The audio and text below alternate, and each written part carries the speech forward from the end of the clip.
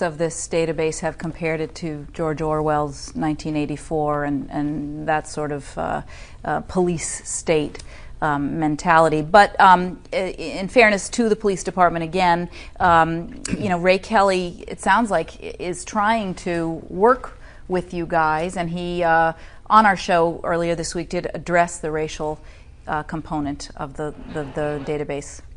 Let's take a listen. In my judgment, and a lot of people's judgment, are lifesavers. The fact of the matter is the majority of violent crime happens in minority neighborhoods. A lot of people don't like to say that or don't like to recognize it's sort of the elephant in the corner. But 90% of the victims of shootings in our city, for instance, are minorities, actually more than 90%.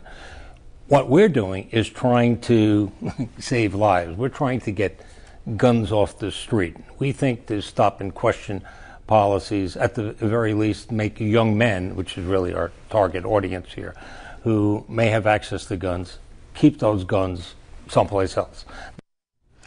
So, he didn't quite address what we were talking about, but you're not opposed to the stop and frisk. And that's you're what's just important. right. That's you're what's opposed important. to then the keeping of that information. Exactly. And I think it's clear that there are concerns that many people have, legitimate concerns, with the hyper-aggressive nature of the stop-and-frisk practices as they're being employed.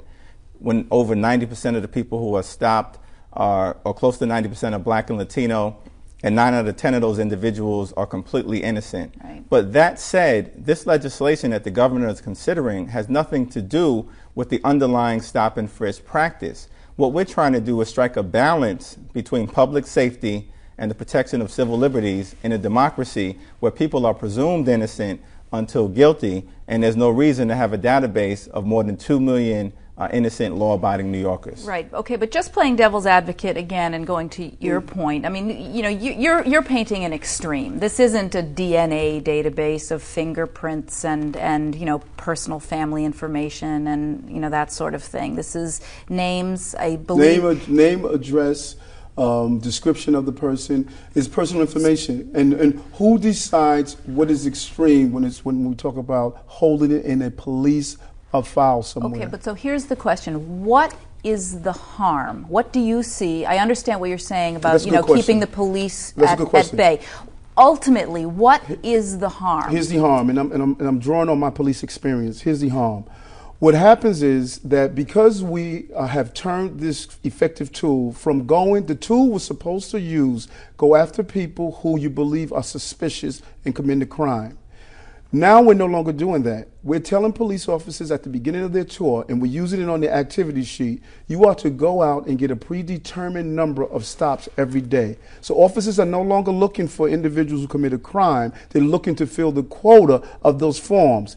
The generating part of this is to fill the database. The goal is to get as many black and Hispanic young men information into this database in hopes one day if they do commit a crime, you will have that information on file. So we went away from the tool, which was supposed to go after people who are suspicious, to just going out and filling the database.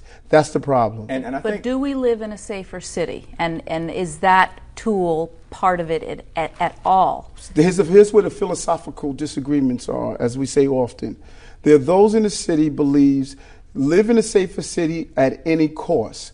I believe, and I believe Assemblyman Jeffries believe, and others believe, including the editorial page of the New York Times, we don't surrender our liberty and our pursuit of being able to live in the city free of police intrusion. This is not a police state. This is the United States, and we're different from other countries because of that.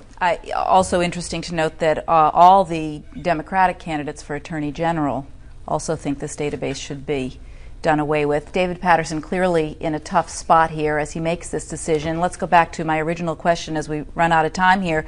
There are some who have said that back in the day when he was a state senator, he would have probably been sponsoring this legislation. You guys have known him for a long time. Now he's wavering back and forth about what to do. What do you think he's going to do? Well, I think the governor has appropriately undertaken a very deliberative process, weighed both sides, met with Senator Adams, myself, Commissioner Kelly, heard from advocates on both sides. But at the end of the day, I think that fairness and equity should compel the governor to sign this bill.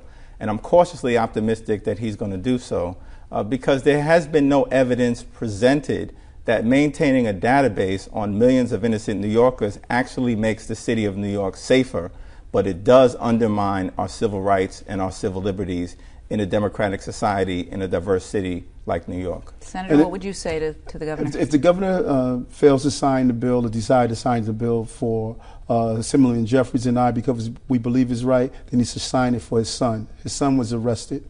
He knows what it is to be arrested and have a young boy and receive a call from the police saying, we have your child in custody. He shares that with a countless number of other people. All right, gentlemen. Well, we will wait and see what happens over the weekend. Should be interesting. And thanks so much for coming and sharing your point of view with us tonight. It's time now for us to take a break. Coming up, City Controller John Liu joins us to discuss how he's pressuring banks to do more to help New Yorkers who are facing foreclosures. And later, he's trying to unseat Senator Charles Schumer. We'll talk with Republican candidate Gary Burnson. Stay with us.